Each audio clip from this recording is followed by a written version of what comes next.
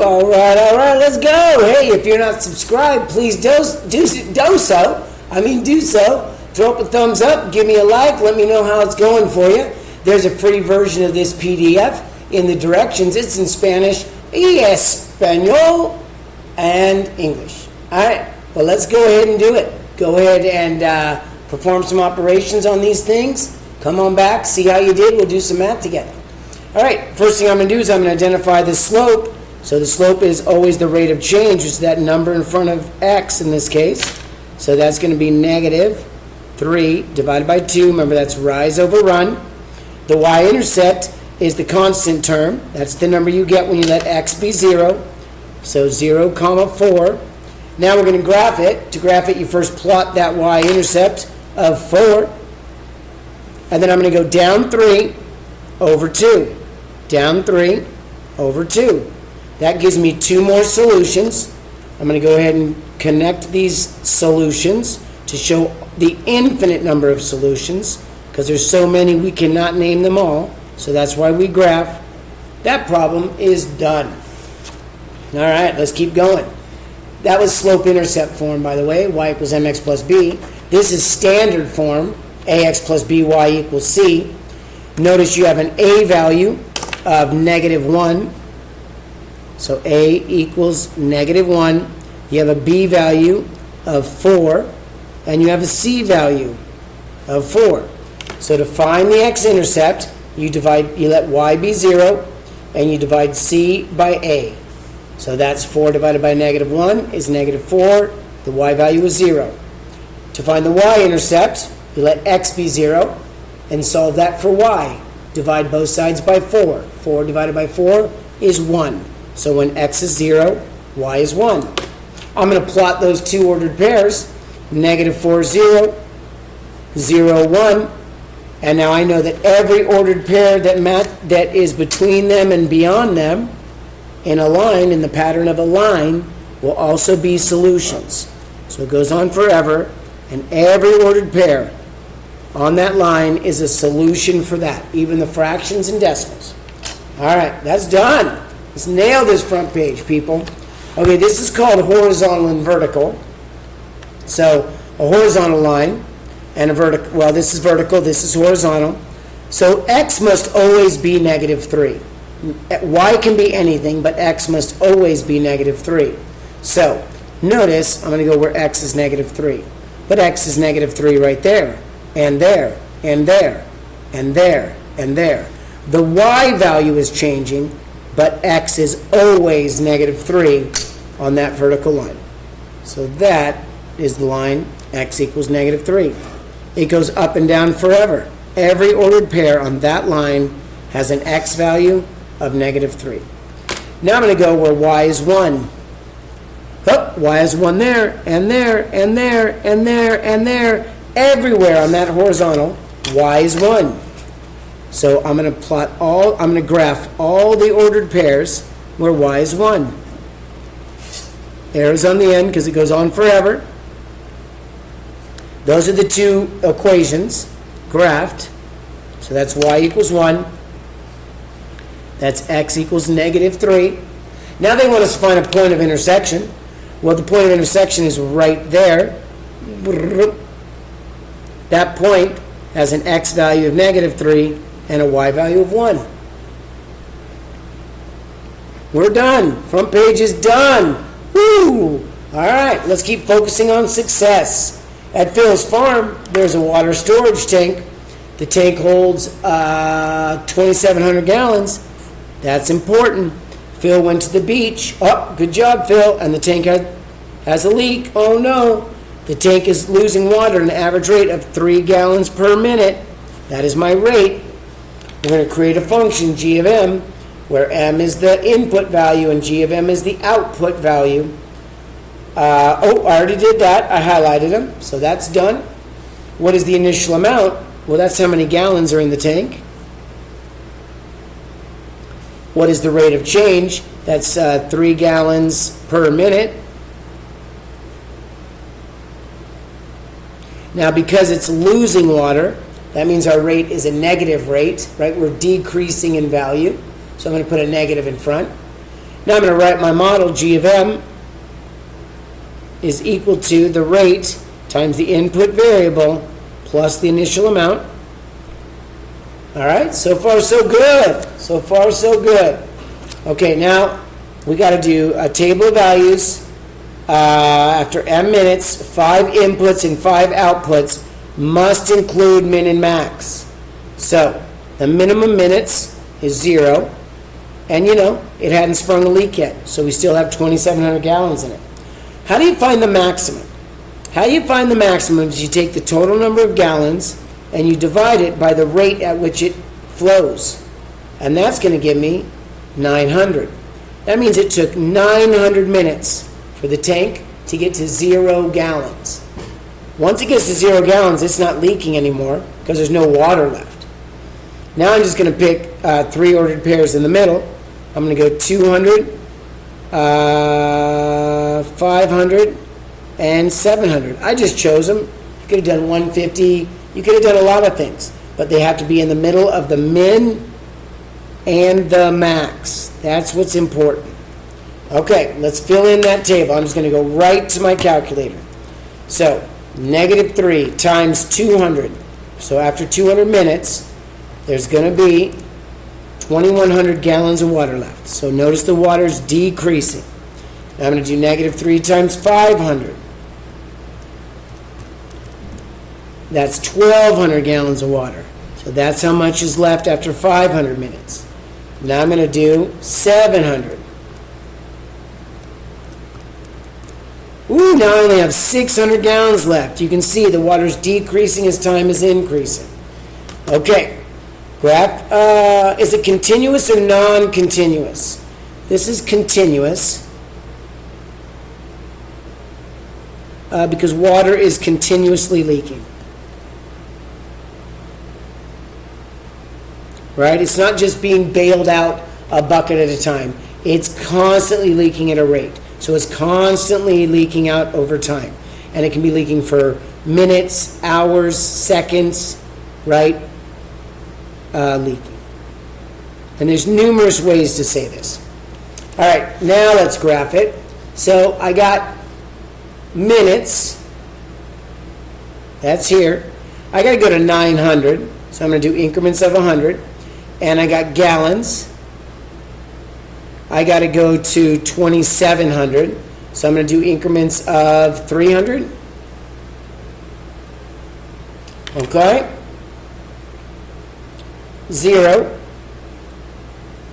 1, 2, 3, 4, 500. 1, 2, 3, 4, 1,000. Okay, that's about halfway across. That's good. Okay, now I'm going to go here. I'm going to go 0, 3, 6, 9. 3, 6, 9 makes 18. 3, 6, 9 makes 27. All right, so that's it. That's as far as we have to go. My minimum point is 0, 27. So 0, 27 is right there. My maximum point, well, I talk about min and max with time. My maximum time point is 900, 0. That's right there. And now I'm going to graph that thing. This is continuous. So we're going to go ahead and connect it. Boom. All right. Identify the minimum maximum input value. Okay, so the min input value is 0 minutes. The max value is 900 minutes. Boom, that's done. All right. How much water is left in the tank after 4 hours? Well, first thing I got to do is convert that to minutes. So 4 times 60 is 240. So now I'm just going to put 240 in for my minutes in my model. So it's -3 times the number of minutes it's been leaking. So 240 is what I want to know. Plus 2,700. 1,980 gallons is what's left after 4 hours. Man, I hope Bill's having a good... Phil, not Bill. I hope Phil's having a good time at the beach. Gallons. Okay, how many minutes did it take for the tank to have a total of 1,885 gallons inside of it? So now I'm going to set my output equal to 1885. And I'm going to solve it for my input. So subtract 2700 from both sides.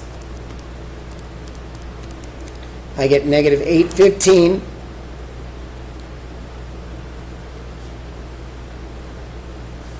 Divide by negative 3. And I get 271.7 minutes. And that's okay, because it's continuous. It's okay to have that. All right, good job. That's Phil's farm. Let's keep going. Manny! Manny started an online business selling handmade bracelets from around the world using fair trade practices. Good job, Manny. It cost Manny $360. Okay, that's important information to start the business. And they sell each bracelet for an average rate of $40 per bracelet. That's important information as well, because that's the rate of change. So that's muy importante. Highlight the initials. We did that. Create a function where P of X is the output and X is the input. The initial amount. Notice it was a cost of $360. So that's negative. Manny's in the hole, $360. The rate, now this is a positive value because this is how Manny generates revenue. So $40 per bracelet. We're going to create a function. P of X equals your rate of change, $40 times X. So I get $40 for every bracelet I sell. Minus 360, that's my function. Okay, now we're going to make a model. We're going to create a table. Notice the minimum is 0. You always got to have a min and max. So 0 is the min. Manny has negative $360 at that point. If Manny sells 90 bracelets, because that's your max, it's right there. It's only good for 90 bracelets. I'm going to do 40 times 90 minus 360. Ooh, good job, Manny. $3,240. Now I'm going to pick 3 values in the middle. So I'm going to pick 20, 40, 60, right? As long as they're between the min and the max. That's all that matters. I'm going to input those in one at a time. After Manny sold 20 bracelets, he has $440 profit. After Manny sold 40 bracelets, he has $1,240 profit. And after Manny sold 60 bracelets, he's got $2,040 profit. All right, that's it. Now let's graph it. Oh, continuous or non-continuous? This is non-continuous.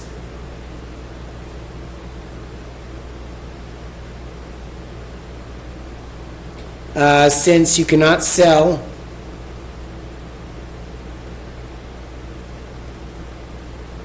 a fraction of a bracelet.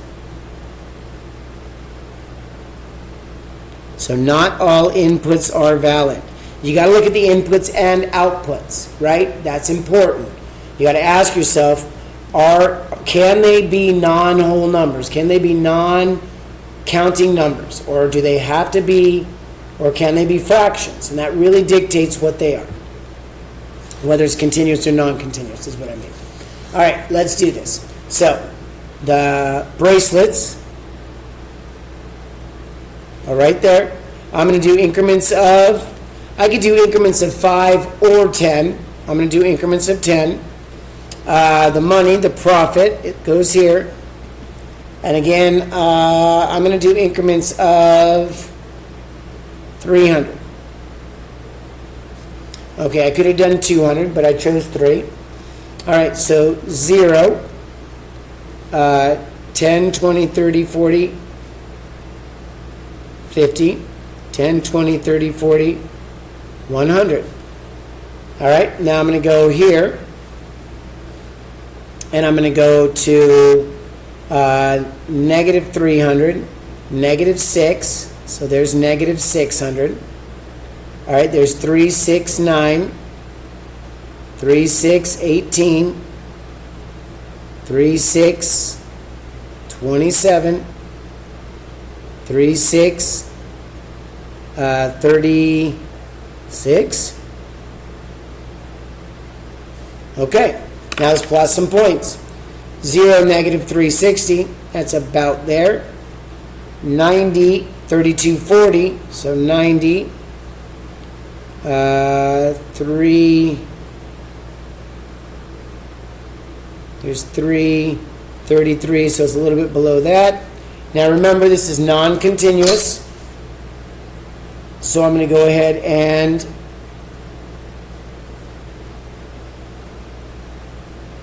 draw my dashed line that shows the reader that not all points are valid, right? In between points are not valid, so that's what that says when I do it like that. Okay, how much profit did Manny earn after selling 27 bracelets? It's going to go here. 40 times 27 bracelets sold. Remember, there was a cost of $360, $720. Make sure you use unit of measurement on there. This is my output, is profit. Now I want to know how many bracelets did I have to sell to get a profit of $21.60. So I'm going to add $360 to both sides. That gives me $25.20. Then I'm going to divide both sides by 40. And let's see how many bracelets I have to sell to make that much money. All right, so $25.20 divided by 40. 63 bracelets. Now again, make sure you use unit of measurements. We're talking about bracelets. All right, that's done. One more to go, kiddos. One more. Let's go. A student at CHS wants to earn a total of $220. That's important. To donate to the local daycare for books. Oh, that's nice. All the supplies were donated. Very good. They want to sell homemade candles and hair ties. The student will charge $5 per candle. That's a rate. So $5 per candle and $2 per hair tie. So that's another rate. The word per is the big indicator of rates. All right? So now let's go ahead and write an equation. It looks like this is going to be in standard form because we have two rates in a total. So I'm going to assign a variable for candles. I'm going to let C equal candles sold. And I'm going to let H equal hair ties sold. And we know that the combination of candles and hair ties sold has got to equal $220. The first rate is $5 per candle. That per is how we know it's a rate. The second rate is $2 per hair tie. And then the total is $220. Okay, let's do it. Minimum and maximum, right? The minimum number of candles I can sell is 0. Well, if I sell 0 candles, first we've got to write a model. So $5 times every candle plus $2 times every hair tie, and the combination of selling those items has got to equal $220. I'm going to let candles be 0, divide 220 by 2, and you get 110. Now I'm going to let hair ties be 0, divide 220 by 5, and you get 44. So that would be my y and my x-intercept. So y-intercept because x is 0, x-intercept because y is 0. So that's how I know. Now I got to pick values in between. And I want to pick even numbers, all right, because I know I'm going to have to divide by 2. So I'm going to pick 10, 20, 30. They're all even numbers. So I got to pick numbers that 2 divides into nicely for my inputs. Okay, now I'm going to do 5 times 10, right? Here's basically what I'm going to do. I'm going to go to my model, and everywhere I see it, C, I'm going to replace it with these numbers to solve it for hair ties. So notice what I'm going to do now is I'm going to put in 10, 20, 30, just like that. 5 times 10, 5 times 10 is 50. 220 minus 50. Now that's how much that's how much I received selling candles. That's how much I received selling hair ties. And if I divide that by 2, that'll tell me the number of hair ties I had to sell. 85. Okay, let's do it again. 5 times 20. 220 minus 100. I sold $120 worth of hair ties. That's 60 hair ties. And then the last one is going to be 5 times 30. Subtract that from 220. Divide that by 2. And I get 35. So as the number of candles increases, the number of hair ties decrease. Is this continuous or non-continuous? This is non-continuous because we cannot sell half or fraction of candle or hair tie. So either one of them doesn't make sense. Okay, let's do it. So this is my candles. I got to go up to 44, so I'm going to do increments of 5. This is my hair tie. I have to go up to 110, so I'm going to do increments of 10. So 0, 5, 10, 15, 20, 25, 30, 35, 40, 45, 50, 55, 60. 10, 20, 30, 40, 50, 10, 20, 30, 40, another 50, 10, 20, 30, 40, another 50. Okay. I'm going to plot 0, 1, 10. It's right there. I'm going to plot 44, 0. That's right about there. And now I'm going to do a dashed line to show that is non-continuous. Boom, just like that. That one in the middle is a little wonky. Oh, okay. How many hair ties were sold if there was a total of 30 candles? Oh, we know that. It's on my table. I love that. I've been getting lucky with that. Okay, so that's 35 hair ties.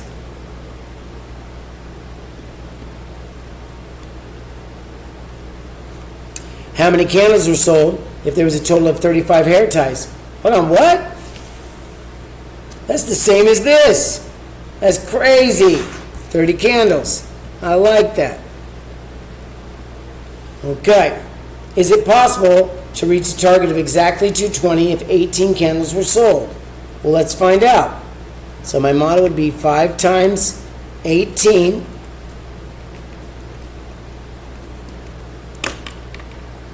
plus 2h equals 220.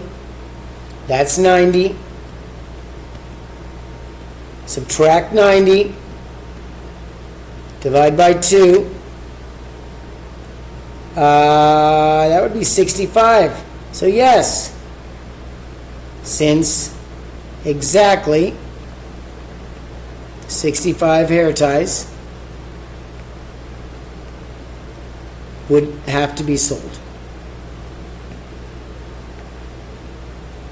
Woo, that's it, kiddos. Wow, how fun was that? Okay, stay strong. Always do the best you can do. Get a good night's sleep. Eat well, exercise, you're going to do just fine. Okay, bye.